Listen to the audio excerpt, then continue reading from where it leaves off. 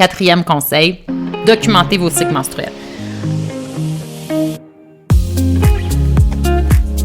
Pour obtenir un diagnostic ou pour démontrer tout ce que vous vivez à un médecin ou une médecin, il est important que vous ayez documenté votre cycle menstruel. Donc, ce que ça veut dire, c'est que le jour 1, disons que c'est le jour 1 de vos menstruations.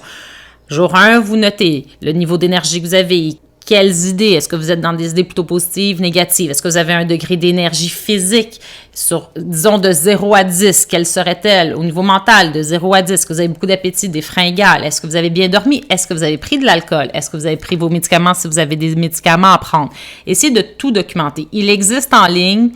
Je mettrai des ressources en bas de la vidéo. Il existe des ressources, des applications qui vous permettent de noter tout cela. Ce que peut faire le médecin avec cette information-là, c'est de voir si effectivement vos changements d'humeur, vos déprimes, vos moments où vous sentez que vous rentrez dans un gouffre complet, pour voir si ça accompagne effectivement votre cycle ovulatoire. Et c'est à ce moment-là qu'on peut plus facilement poser un diagnostic. Et même pour vous, moi j'ai fait à plusieurs occasions l'expérience, c'est vraiment frappant de le voir sur papier. C'est-à-dire que c'est une chose d'en parler, puis c'est comme un peu abstrait dans notre tête, puis même quand on en parle aux autres, on a l'impression que c'est juste un monstre qui nous dévore constamment. Mais quand sur papier, on note puis qu'on voit vraiment finalement la ligne des symptômes suivre la ligne de nos hormones, de notre cycle menstruel, c'est fascinant à voir, puis ça nous permet presque de nous réconcilier un petit peu avec notre corps.